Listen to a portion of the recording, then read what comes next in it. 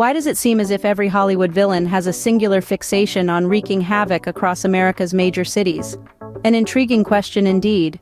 As we delve into this cinematic phenomenon, we'll unearth the reasons behind this trend, exploring factors such as audience familiarity, cultural impact, and dramatic effect. In Hollywood, familiarity breeds content, not contempt. The majority of the film industry's audience resides in the United States, making American cities prime targets for on-screen destruction. This familiarity principle takes root in the fact that recognizable landmarks and locales evoke a stronger emotional response. The Statue of Liberty toppling over, the Golden Gate Bridge snapping in half, or the Chicago skyline in flames, these images strike a chord because they are recognizable. They are personal. Moving on to the cultural impact, Hollywood, as an American film industry, naturally leans towards showcasing American cities.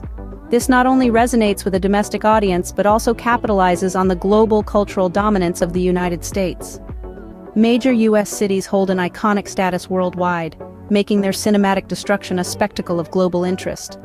Now let's pivot to the dramatic effect. The spectacle of destruction is a time-honored tradition in cinema. The larger the scale, the higher the stakes.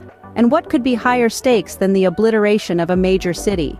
It's a scenario that instantly escalates the narrative tension, heightens the sense of peril, and amplifies the hero's challenge. But there's an additional psychological aspect at play here. The destruction of familiar places creates a sense of dissonance, a feeling of wrongness that intensifies the audience's engagement with the film. It's not just about the physical destruction, but also the disruption of the familiar, the safe, and the known. To summarize, the prevalence of major U.S. cities being targeted in Hollywood films stems from several factors. The familiarity of these cities to the audience amplifies the emotional impact of their destruction. The cultural significance of these cities, both domestically and globally, increases the spectacle's appeal. And the dramatic effect of such large-scale destruction heightens the narrative tension and stakes.